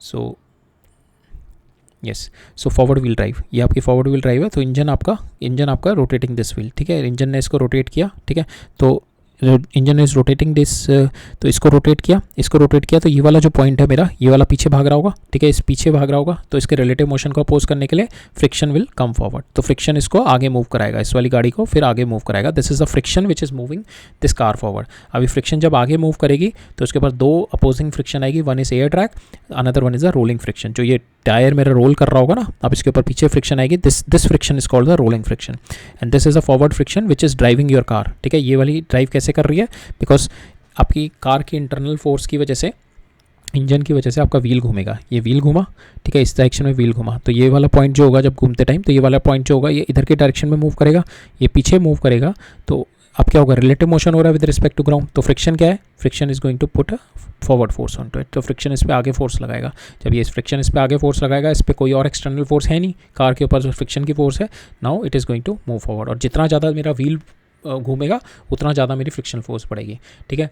बट एक लेवल के बाद it is also depending upon mu S into N, ठीक है, एन के म्यू एस के ऊपर भी डिपेंड है कि इतना भी आप तेज़ मत व्हील घुमा दो कि अगर आप आइस पे हो, तो आइस का मतलब है म्यू एस बहुत कम है, आपने व्हील घुमाया तो आपने देखा होगा व्हील आपका घूमता रहता है आइस के ऊपर, ठीक है, आइस में आपका व्हील बस घूमता रहेगा, you will not move forward because आपका स्लिपिंग स्टार्ट हो जाएगी, ठीक है।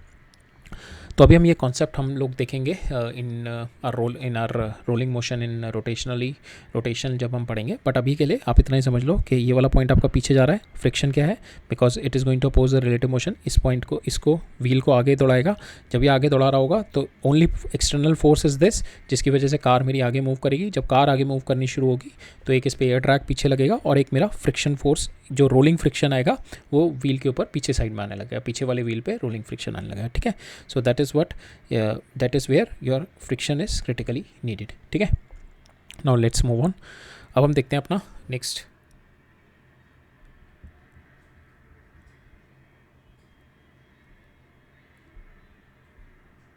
So now we are going to see the circular motion.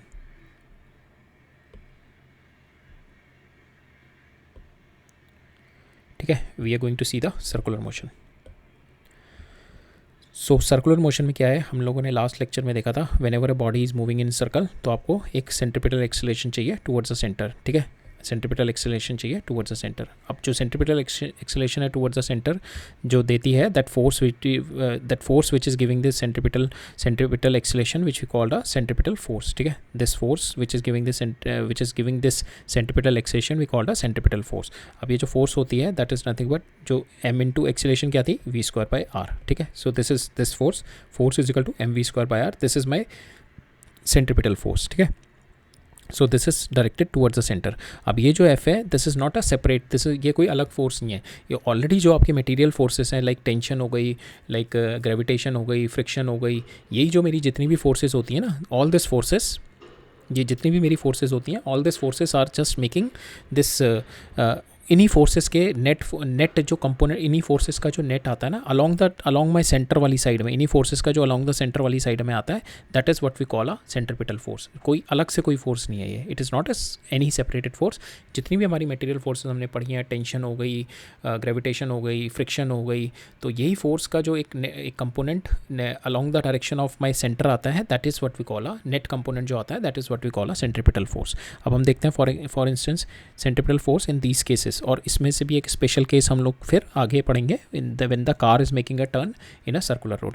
तो जैसे for instance if this girl is spinning the ball, तो यहाँ पे सेंट्रीपिटल फोर्स क्या होगी, this tension is providing the force because it is moving in this direction, so it is having the acceleration towards centripetal acceleration is like this, so who is giving this centripetal acceleration because of this tension in this tension here, so tension is providing the centripetal acceleration, ठीक है। central is providing the centripetal acceleration, otherwise this block will fall out, ठीक है, ये block बाहर निकल जाएगा अगर यहाँ पे tension will not be there। so centripetal acceleration again is not a separate force, it is the already जो material forces पढ़ी है उसका ही net sum होता है, net sum towards the center is giving you the centripetal force। यहाँ पे centripetal force आ गई मेरी tension। इस केस में when the car is taking a turn, so car is taking a turn means कि it is a, तो यहाँ पे इस डायरेक्शन में क्या है, it is a friction which is providing, यहाँ पे जो फ्रिक्शन है, जैसे कार की टेंडेंसी क्या है, बाहर मूव करने की, जैसे जब ये टर्न ले रही है तो कार की टेंडेंसी बाहर मूव करने की है, so friction is there, so friction is inside, so friction is the force here which is, friction will be like here in this direction, तो friction is the force here which is providing the centripetal acceleration. Same way अगर मैं यहाँ से ऐसे if I am going over here, so यहाँ पे क्या है मेरा, if I am going over through this roller coaster, तो यहाँ पे this is my mg is my, जो मेरा वेट है that is mg is my centripetal acceleration, mg, और यहाँ पे ये ऊपर n लग रहा होगा, तो यहाँ पे जो नेट आएगा मेरा mg माइनस n, ठीक है। हमने बोला ना नेट अलॉन्ग दिस डायरेक्शन, तो यहाँ पे नीचे mg लग रहा है इस पर, ठीक है, और ऊपर इस पर जो इसकी वजह से, सरफेस की वजह से इस पर एक नॉर्मल लग रहा होगा, तो यहाँ पे नेट एक्सेलरेशन मेरी ये है ac, तो यहाँ पे कितना हो जाएगा mg minus n is equal to mv²/r, ठीक है। So that is my acceleration है। तो यहाँ पे मैं लिख सकता हूँ tension is equal to mv²/r, ठीक है। यहाँ पे मैं लिख सकता हूँ फ्रिक्शन जो है मेरा, this is not sliding, so we can write के मैक्सिमम कितनी फ्रिक्शन हो सकती है, that is friction I can write, so is equal to, so mv²/r is lesser than my mu s into n, this is my friction, ठीक है। so mv²/r it is lesser than this, so friction is providing this centripetal force। अब इस case में जो मेरा around the sun if the planet is moving, so this planetary motion it is because of the centripetal force which is provided by the gravitational force। इन दोनों के बीच में जो gravitational force है that is what contributes to the centripetal force, ठीक है। अब हम देखते हैं इसका स्पेशल केस। अब हम एक एग्जांपल देखेंगे, the car is taking a turn on the circular road, ठीक है। इसमें देखेंगे कितनी मैक्सिमम स्पीड हो कि कार स्लाइड डाउन ना कर जाए, ये हम एग्जांपल देखेंगे। तो पहले केस में है the car is moving along this, ठीक है, सर्कल के along this circle it is moving, so it's having the end acceleration along this direction, वो क्या होगी v²/r, ठीक है। दिस इज माई रेडियस, तो एक्सेलरेशन आ गई v²/r। अब यहाँ पे कौन प्रोवाइड कर रहा है, कार की, अगर ये कार की टेंडेंसी क्या है, if the car is moving taking a turn like this, तो कार की टेंडेंसी क्या है, टू स्लाइड डाउन, ठीक है। अगर इस पॉइंट पे देखो कार की टेंडेंसी क्या है, बाहर इधर जाने की, तो but it is not going, so some force is there which is stopping it moving out, तो वो कौन सी फोर्स है, friction. So friction is there here, तो फ्रिक्शन की हर पॉइंट पे फ्रिक्शन की डायरेक्शन चेंज हो रही है, ठीक है। अगर जब कार मेरी यहाँ पे है तो friction is in this direction, so this is my friction, ठीक है। So friction is providing that centripetal acceleration. और अब इस पर फ्रंट व्यू देखते हैं कार का। सो फ्रंट व्यू इधर नॉर्मल ऊपर लग रहा है, नीचे mg लग रहा है इस पर, ठीक है, फ्रंट व्यू में, और दिस इज माई फ्रिक्शन, ठीक है। फ्रंट व्यू जब देख रहे हैं friction is in this direction. Now तो मोशन ऑफ द कार, अब ये हमारा दो केसेस लेके चल रहे हैं, कि लेवल रोड, ठीक है, और दूसरा हम लेंगे it is on a bank road, ठीक है, it is making some angle theta, so road is making some angle, inclined, road is inclined. अब यहाँ पे देखते हैं, तो friction is providing the giving you the helping you in making the turn in the circular road. यहाँ पे हमने ले लिया। अब हमारा वर्टिकल डायरेक्शन में if we see it in this direction vertical में delta F Y is equal to 0, कोई मोशन नहीं है, और इसमें एक है हमारे पास acceleration in this direction, so we can apply along the centre net force is equal to mass into acceleration कितना, v²/r, और ये वाली फोर्स कितनी है, नेट फ्रिक्शन, ठीक है, will just put it. So यहाँ पे centripetal force required by the circular motion, तो component of the contact force कौन सा आ रहा है मेरा, सो यहाँ पे कॉन्टैक्ट फोर्स है ना, सो दिस कॉन्टैक्ट फोर्स, ये वाला कॉन्टैक्ट फोर्स जो नॉर्मल वाला है that is handling this mg, और जो कॉन्टैक्ट फोर्स मेरा पैरेलल टू दिस रोड है the friction which is providing the centripetal force, the tyre is the centripetal force आ गया मेरा।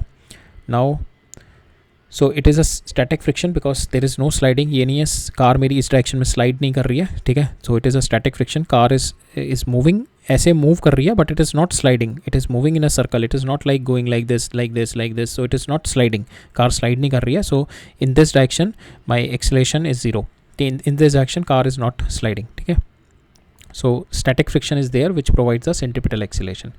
so static friction opposes the impending motion हमने already देखा क्या होता है, so car moving away from the circle, it is, अगर normal में जाएंगे तो car will try to move away, ठीक है, that is called a impending motion, but static friction is opposing that impending motion, so how we can write, so my friction is, जो static friction है तो maximum value कितनी होती है, mu S N, so friction is lesser than my mu S N value, और friction की वैल्यू, friction क्या प्रोवाइड कर रही है, mv²/r, so this should be lesser than my mu S into N, ठीक है, so that is how we can write. तो यहाँ से will write it like this, और we put the value of n is equal to mg put किया, and finally you get the answer u², जो आपकी velocity है that is lesser than equal to mu S into r into g, ठीक है।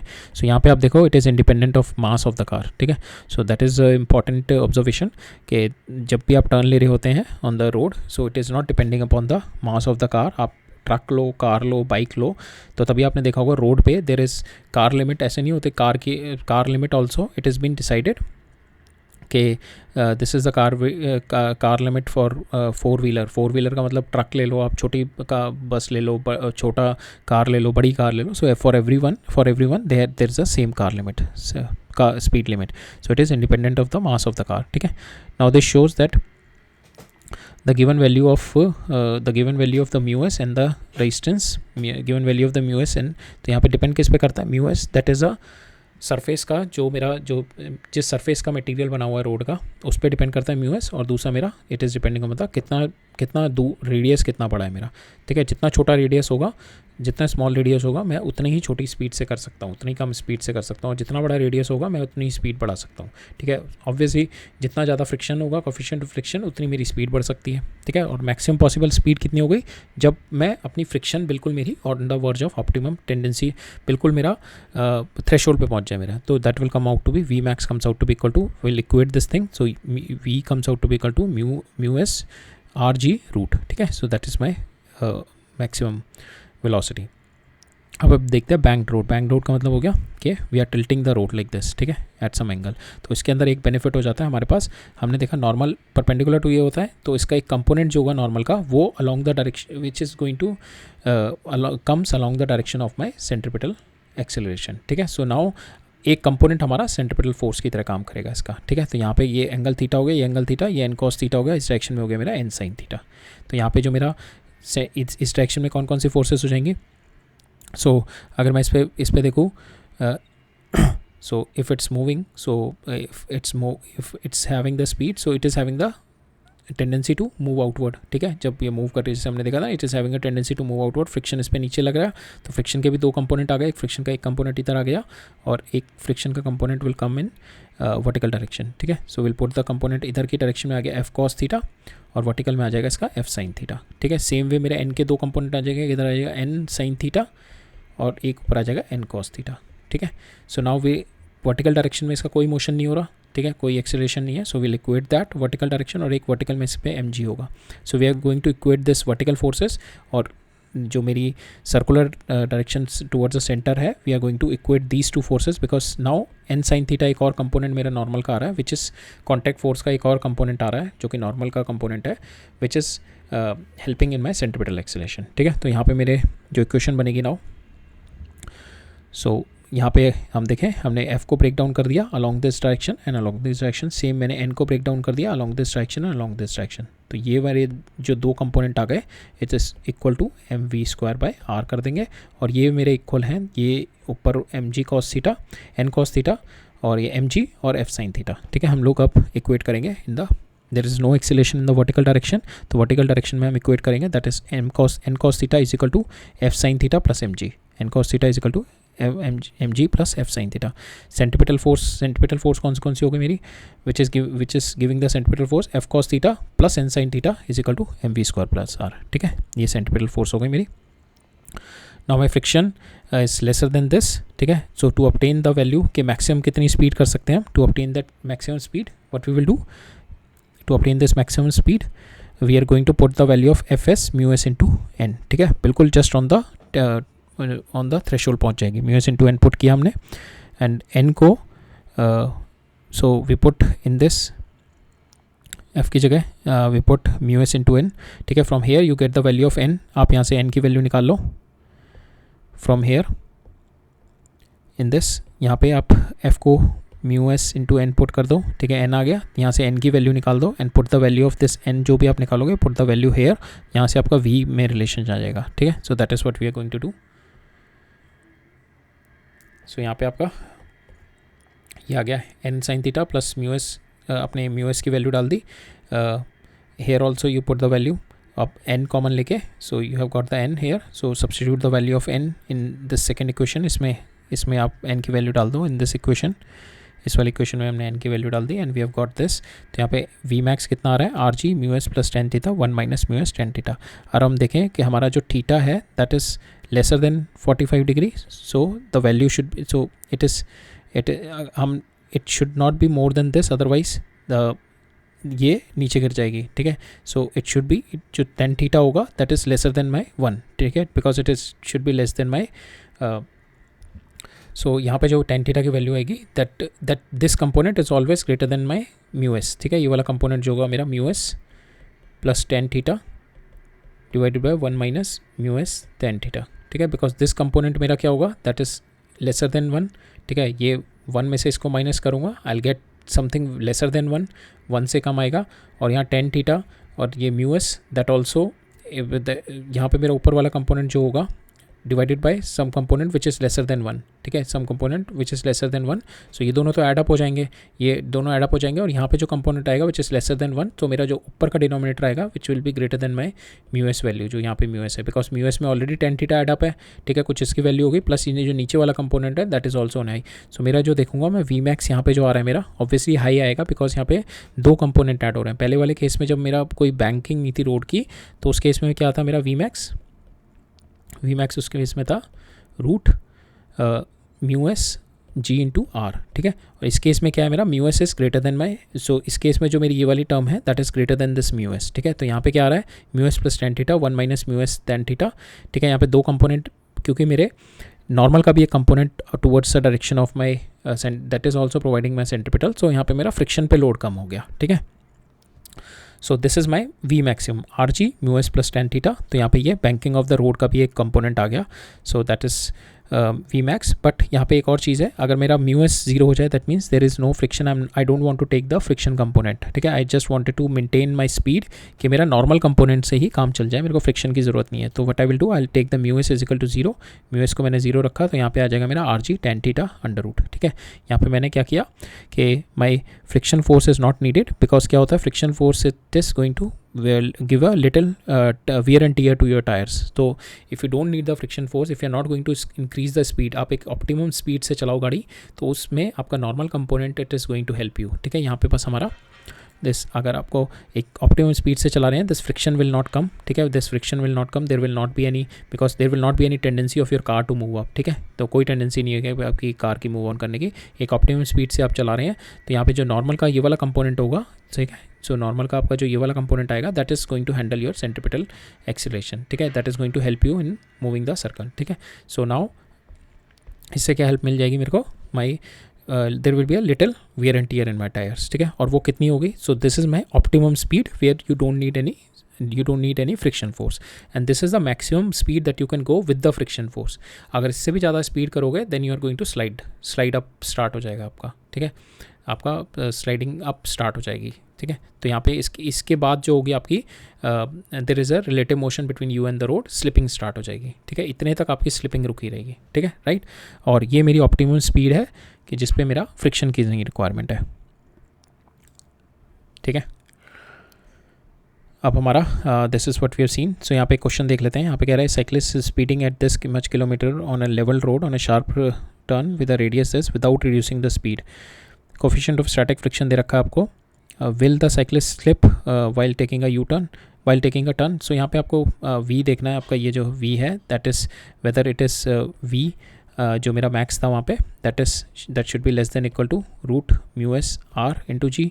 Mu s आपको दिया हुआ है, आर क्या है आपका 3 और जी क्या है आपका 10, तो you just put the value and you got the value as this mu S R G, ठीक है। इसको आप देखेंगे कि if you do this you will see the condition is not obeyed, the cycle will slip because your value of velocity comes out to be more than your value of velocity. जैसे ये मेरा आ रहा है this your this value comes out to be 18, so this value comes out to be equal to 5 metre पर second, ठीक है, this value comes out to be equal to 5 metre पर सेकेंड, और v स्क्वायर यहाँ पे आपका आ रहा है 25, और बट यहाँ पे आप देखेंगे v स्क्वायर जो आपका इसके थ्रू आ रहा है, सो आप 18 किलोमीटर पर आवर से जाएंगे तो आपकी जो वैल्यू आ रही है वी स्क्वायर की 25 आ रही है, वी स्क्वायर जो मैक्सिमम है, बट आपको जो प्रोवाइड मैक्सिमम कर पा रहा है विद दिस जो road mu S into R into G, वो मैक्सिमम कितना आ पा रहा है that is 2.94, so the cyclist will slip at this speed, ठीक है।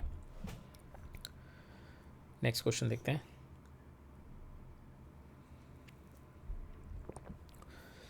अब इस क्वेश्चन में क्या है, मेरे को रेडियस दे रखा है रोड का, बैंकिंग एंगल दे रखा है, और क्या दे रखा है, I been given coefficient of friction 0.2। मेरे को अब इस केस में ऑप्टिमम स्पीड निकालनी है to avoid the wear and tear, तो that speed with is this one, ठीक है। ऑप्टिमम स्पीड जब भी पूछ रहा है कि मेरा फ्रिक्शन का कोई रोल नहीं है, ओनली द नॉर्मल कंपोनेंट, ठीक है, तो यहाँ पे क्या आ जाएगी R G ten theta, that is my optimum speed. अब मेरी दूसरी पूछी है maximum permissible speed to avoid the slipping, ठीक है, तो वो वाली ये वाली स्पीड हो जाएगी, इससे तेज करोगे तो आपकी स्लिपिंग हो जाएगी, तो this is a maximum possible speed. अब हमें यही दोनों चीज़ निकालनी है। At the optimum speed the normal component of the reaction, normal component is enough to provide the centripetal force, so we don't need the friction force. तो यहाँ पे क्या आ गया मेरा V naught, that is this value R G ten theta, आर मेरे को पता है, थीटा मेरे को पता है, जी मेरे को पता है, आई गेट द वैल्यू। सो 28.1 मेरी ऑप्टिमम स्पीड आई है, जिसमें मेरा जो टायर्स का वियर एंड टियर कम होगा। मैक्सिमम पॉसिबल के लिए क्या किया हमने, म्यू एस मेरे को पता है, टेन थीटा पता है, आर जी पता है, you put the value, you got the value 38.1 metre पर second. This is a maximum speed with which you can go which we can go without slipping, ठीक है, राइट। अब हम देखते हैं solving problem in mechanics. So इसमें वही है, सॉल्विंग प्रॉब्लम इन मैकेनिक्स का है कि इन द मैकेनिक्स और the in your system you will see assembly of different body, it is not one body on which the things are happening, because external force होगी तो दूसरी body लगा रही होगी, ठीक है। So there will be a connection of bodies, ठीक है। On this you have to on this the bodies are moving also, the bodies are stationary also, so to apply to do the problem solving in mechanics what you have to do, you have to draw the FPD, ठीक है। आप हर एक body को separate out करो और उस पर forces देखो, तो यहाँ पे दो चीज़ें होंगी, एक होगी खुद, एक होगी बॉडी, एक होगी कि उस बॉडी के अलावा जो बाकी बॉडीज़ होंगी उसको हम एनवायरनमेंट बोल देंगे, ठीक है। नाउ जो बॉडी मेरे को कंसिडर, सपोज हम एग्जांपल के थ्रू देखते हैं, ये मेरा एग्जांपल है, सपोज ये इस एग्जांपल में मोस्टली सारी फोर्सेस हम लोग कवर अप कर लेंगे। सो ये if there is a friction here, if there is a friction on this surface, ठीक है, ये इसमें टेंशन हो गई, ठीक है, there is a pulley के साथ स्ट्रिंग के साथ अटैच्ड है, this is vertical, this is here this another block is there, it is moving here with A, it is coming down here with A1, ठीक है। सो ये मेरे को दे रखा है। अब यहाँ पे कितना सिस्टम हो गया कि ये सिस्टम हो गया, ये हो गया, पुली हो गया, ये हो गया, ये हो गया, ये बड़ा वाला ब्लॉक हो गया। सो देर आर मल्टीपल बॉडीज़, ठीक है। अब मेरे को क्या है कि किसी एक पर्टिकुलर बॉडी का पूछा गया है, ठीक है।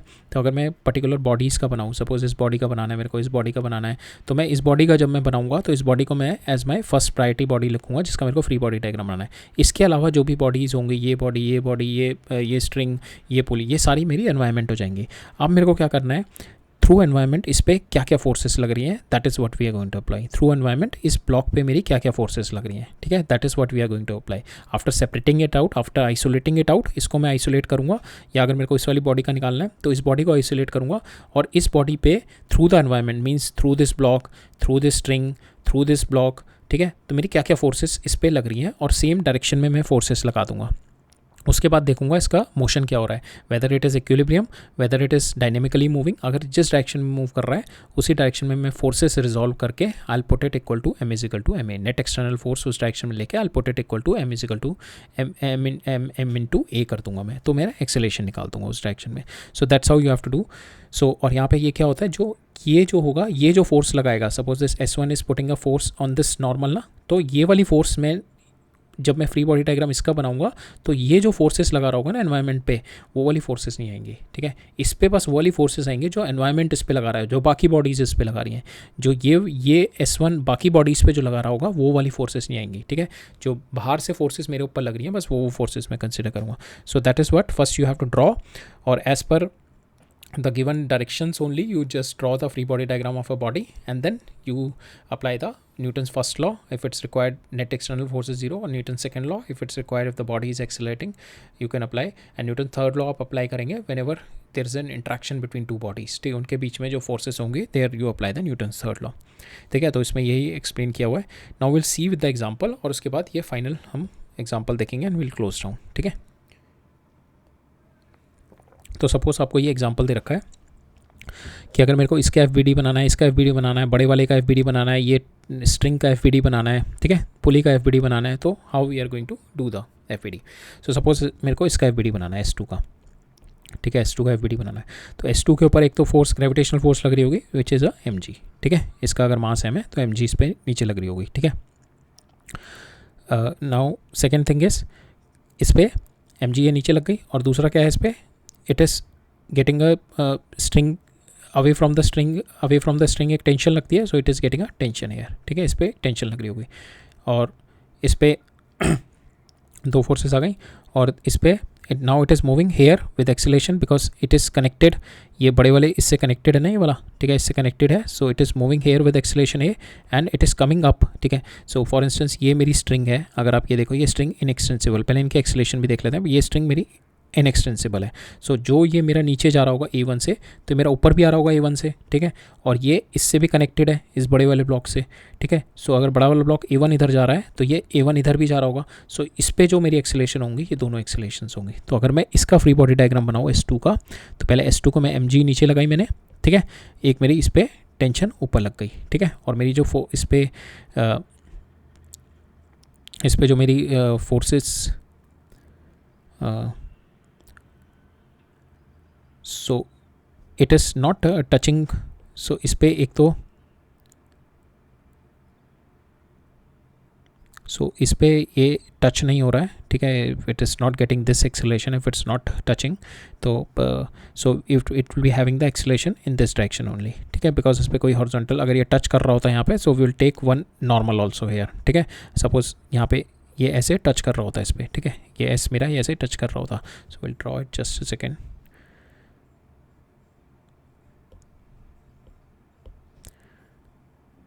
सो ये ऐसे टच कर रहा है, ठीक है, इट इज़ टचिंग इट, ठीक है। सो नाउ विल ड्रॉ, अब हम ड्रॉ करते हैं इस पर। सो ये मेरा मास हो गया, इस पर मेरा mg नीचे लग गया, ठीक है, ऊपर मेरा टेंशन हो गया। अब इससे जो है ये इस डायरेक्शन में मोशन कर रहा है, ठीक है। सो इसके ऊपर ये जो ब्लॉक है इसके ऊपर नॉर्मल इधर लगा रहा होगा, और जो ये जो मेरा वेज है ये ब्लॉक के ऊपर नॉर्मल ऐसे लगा रहा होगा। ये मेरी न्यूटन थर्ड लॉ की वजह से इक्वल एंड अपोजिट फोर्सेस हो गई। तो यहाँ पे जो मेरा लग रहा होगा normal from on S1 through block through wedge, ठीक है। तो ये मेरा नॉर्मल हो गया। अब यहाँ पे मेरी एक्सेलेरेशन क्या क्या आ गई, एक एक्सेलेरेशन इस डायरेक्शन में आ गई और एक एक्सेलेरेशन मेरे ऊपर आ गई। तो ऊपर वाली एक्सेलेरेशन A1 है, ये मेरी एक्सेलेरेशन A है। अब मेरे को इसमें न्यूटन सेकेंड लॉ लगाना है। सेकेंड लॉ लगाएंगे, sigma of F X is equal to M into X करेंगे, sigma F Y is equal to M into A Y करेंगे। अब एक्स में कौन सी है मेरी, एन एस वन जो वेज की तरफ से मेरा नॉर्मल है, that is going to give you M into A one करेंगे हम, sorry M into A करेंगे। और जो वर्टिकल में क्या है मेरी, tension minus M G is equal to M into A one करेंगे। So that's how you get two equations, ठीक है। So that's how you will get two equation on this, ठीक है। अब हम दूसरे इस वाले ऑब्जेक्ट पे देखते हैं, इस S1 पे देखते हैं। अब S1 पे क्या है, ये S1 जो है नीचे आ रहा है A1 से, that is with respect to this wedge के रिस्पेक्ट में, और वेज भी इधर मूव कर रहा है। तो अगर मैं इसकी मैं अगर ground because we are considering all this with the ground observer के रिस्पेक्ट में देखें तो नीचे A1 तो ऐसे आ रहा है, ठीक है, और विद रिस्पेक्ट टू दिस आ रहा है, ठीक है, विद रिस्पेक्ट टू दिस आ रहा है।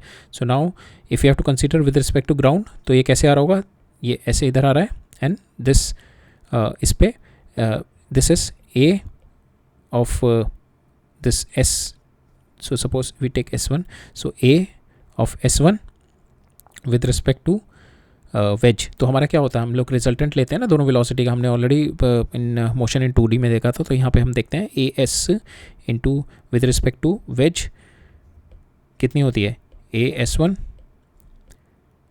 With respect to ground minus A wedge with respect to ground, ठीक है। अब यहाँ मेरे को ये निकालनी है AS with respect to ground, तो ये मैं इसको इधर ले जाऊँगा, तो मेरी AS1 with respect to ground कितनी हो जाएगी, that is nothing but AS1 with respect to wedge plus A wedge with respect to ground, ठीक है। तो मेरी इसकी जो नेट एक्सेलेरेशन हो जाएगी, एक तो ये हो जाएगी, ठीक है, और एक ये हो जाएगी। तो मेरी नेट एक्सेलेरेशन जो आएगी, इन दोनों की हमने देखेंगे, ऐसे इसको करेंगे पैरेललोग्राम लॉ से, तो this is my net acceleration आ जाएगी इस डायरेक्शन में, this is my net acceleration. ये मेरी A इधर जा रहा होगा, A1 नीचे आ रहा होगा फॉर दिस ब्लॉक, ठीक है।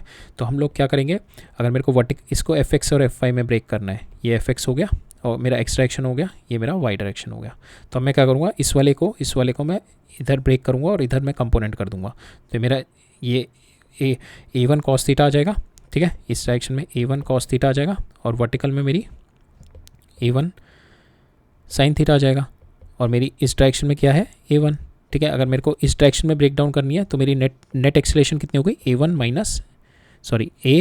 माइनस A1 cos थीटा, तो मेरी ये हो गई AX डायरेक्शन में, और मेरे को AY में देखनी है, मेरे को ये हो गई A1 sin थीटा। तो मैं क्या करूँगा, इस पर फोर्सेस निकालूंगा, और उसको AX और AY जो मैं लिखूंगा ना, तो ये याद रखना कि इसको लिखूंगा। मैं इस पर फोर्सेस निकालता हूँ, इस पर फोर्सेस कैसे कैसे लग रही हैं, तो इस पर फ्रिक्शन भी है, ठीक है। सो इसके ये नीचे मूव कर रहा है, ठीक है, तो इस पर एक mg आ गया, ठीक है, एक नॉर्मल आ गया फ्रॉम द वेज, इस पर नॉर्मल लग रहा होगा।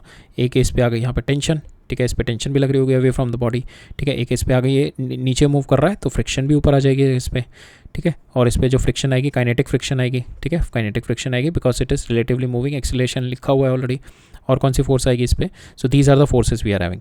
अब मैं इन फोर्सेस को we are going to do it in X और वाई में ब्रेक करके इन फोर्सेस को, इधर you can do it in X and Y, और आपको ऐसे भी ब्रेक डाउन कर सकते हैं, इसको एक्स ले सकते हो, वाई ले सकते हो, ठीक है। You can do it in any way. तो हमने एक्स और वाई इस तरीके से निकाल लिया, तो will break down this forces in X and Y, ठीक है। इसको ये वाली फोर्स को, नॉर्मल फोर्स को इधर ब्रेक करेंगे इस वाली डायरेक्शन में, टेंशन को इधर ब्रेक करेंगे, और ये वाली मेरी एक्स डायरेक्शन हो गई। सो सेम वे मैं फ्रिक्शन को इधर ब्रेक करूँगा, टेंशन को इधर ब्रेक करूँगा, ठीक है। और what you can do it in this direction, ठीक है। तो इसको x ले लो एंड इसको y ले लो, इस तरीके से ब्रेक कर लो, ठीक है। आपको ऑलरेडी x डायरेक्शन में वेलोसिटी एक्सेलेरेशन इसकी पता है A1 है, y डायरेक्शन में इसकी वेलोसिटी निकाल लो, and you can do it like this, इस तरीके से भी कर सकते हो आप, ठीक है। बट आपको फोर्सेस बतानी थी मैंने किस तरीके से लगनी है, इस पर इस तरीके से फोर्सेस लगेंगे। अगर मैं इस पर देखूँ वेज पे, अब हम देखते हैं वेज पे, तो अगर मैं वेज को कंसिडर करूँ तो वेज पे क्या क्या फोर्सेस लग रही हैं। वेज पे एक तो ग्राउंड से नॉर्मल लग रहा है, ठीक है, एक इसका नॉर्मल आ रहा है, ये नॉर्मल ऑफ S1 आ रहा है, एक इसका नॉर्मल आ रहा है, नॉर्मल ऑफ S2 आ रहा है, ठीक है, इसका नॉर्मल आ रहा है, एक इस पर ये टेंशन नीचे लग रही है, ठीक है, ये वाली टेंशन होगी ना, इस पर अवे फ्रॉम द बॉडी लगेगी, ठीक है। तो इस पर टेंशन नीचे, और एक टेंशन इस पर ऐसे आ रही होगी, एक टेंशन इस पर ऐसे आ रही होगी, और अगर ये इधर मूव कर रहा है तो इस पर फ्रिक्शन एक ऐसे आ रही होगी, ठीक है। और यहाँ पे फ्रिक्शन अगर इस पर पीछे थी तो इस पर फ्रिक्शन एक आगे भी आ रही होगी यहाँ पे बिकॉज ऑफ दिस S1, ठीक है, एफ के जो आ रही होगी, ठीक है। तो these are the forces on this bigger block, ये बिगर ब्लॉक पे फोर्सेस हो गई। तो just remember these also forces, क्योंकि भूल जाते हैं हम लोग ये वाली, ठीक है। तो ये मेरी सारी फोर्सेस हो गई इस पर, और ये इधर मूव कर रहा है A1 से। तो हम लोग क्या करेंगे, इसकी वर्टिकल और एक्स और वाई में इसको ब्रेक डाउन कर लेंगे फोर्सेस को, and we can equate it in X and Y, ठीक है। तो I've taken this example because इसमें सारी फोर्सेस हमारी कवर्ड अप है, so that's why I've taken this example, right?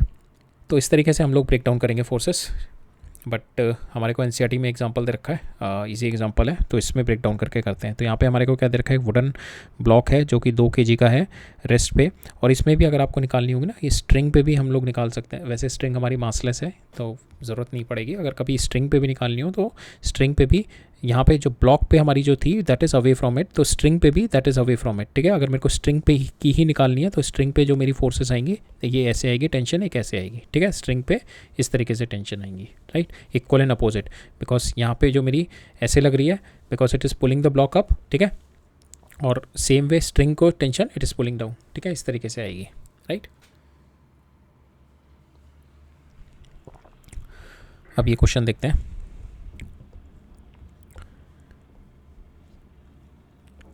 So a wooden block of mass 2 kg rest on the horizontal floor, ठीक है। यहाँ पे दे रखा है आयरन सिलेंडर है 25 किलो का, जो कि ब्लॉक के ऊपर रख दिया, and the block and the cylinder together coming down now with the acceleration. So पहले जब ब्लॉक ऐसे रखा रहा था, it is on a rest, फिर इसके ऊपर एक आयरन सिलेंडर लग दिया, now they both are coming down with some acceleration 0.1 metre पर सेकेंड, ठीक है। Now we have to identify the action reaction pairs identify करने हैं। Second is we have to find out what is the action of the block on the floor before and after, ठीक है। मेरे को normal निकालना on the floor, तो पहले हम करते हैं। सो यहाँ पे फर्स्ट केस में, सो दिस इज़ माई ब्लॉक, तो यहाँ पे इसके ऊपर फोर्सेस क्या हो गई, इसके ऊपर mg हो गई नीचे, और इसके ऊपर जो ग्राउंड से नॉर्मल लग रही होगी ऊपर, ठीक है, ये 2 आ गई, और यही ग्राउंड, यही जो फोर्स है ये जो है ग्राउंड पे भी लगा रहा होगा। अगर मैं ग्राउंड को कंसीडर करूँ तो ग्राउंड पे कौन कौन सी फोर्सेस लग रही होंगी, ये n लग रही होगी इस पर, ठीक है, this n will be coming.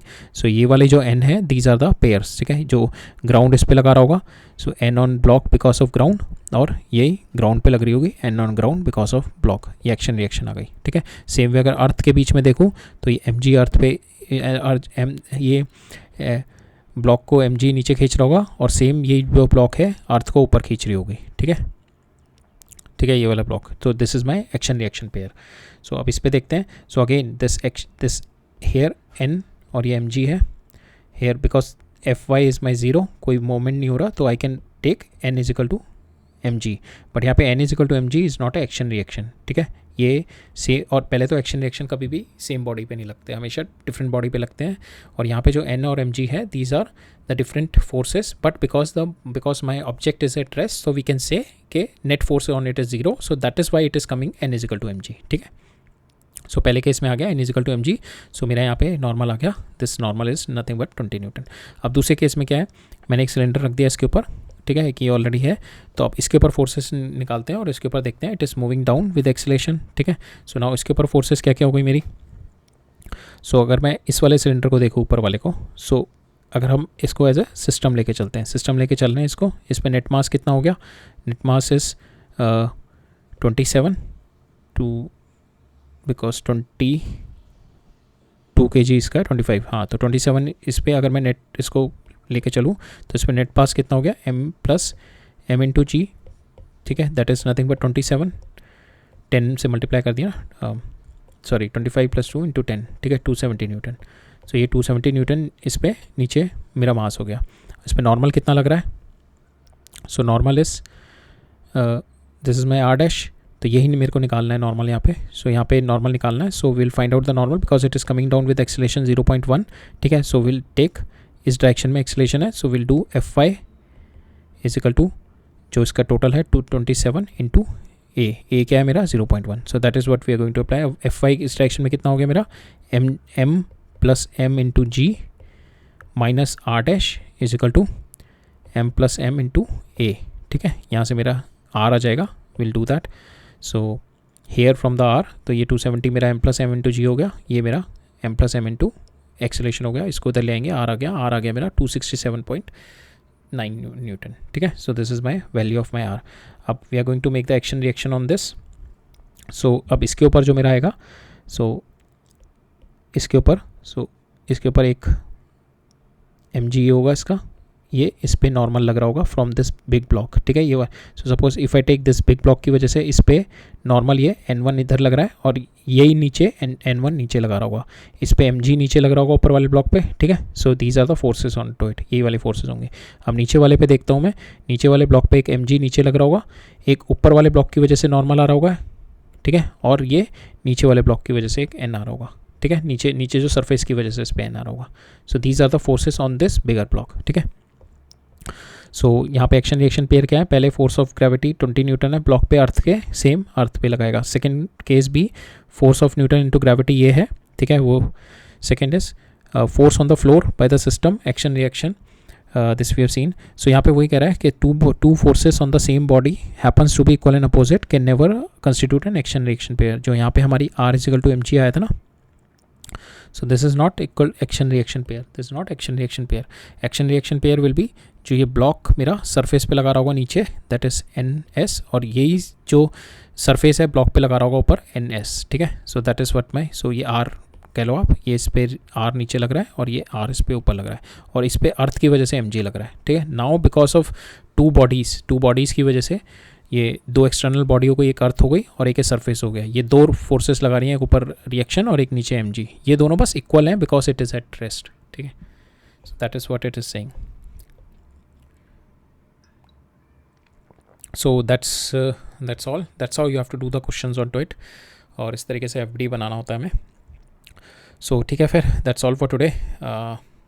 अब हमारा we'll do in the next lecture points ponder रह गए हमारे, and we are going to start with the exercises करेंगे। उसमें देखते हैं, we'll be having some good questions जहाँ पे हम FBD वगैरह और बनाएंगे, और FBD आप जितना बनाओगे उतना प्रैक्टिस करोगे उतना ही you will get more confident in drawing the FBD, ठीक है। इसके बाद विल सीधा क्वेश्चंस देखेंगे उसके बाद, ठीक है।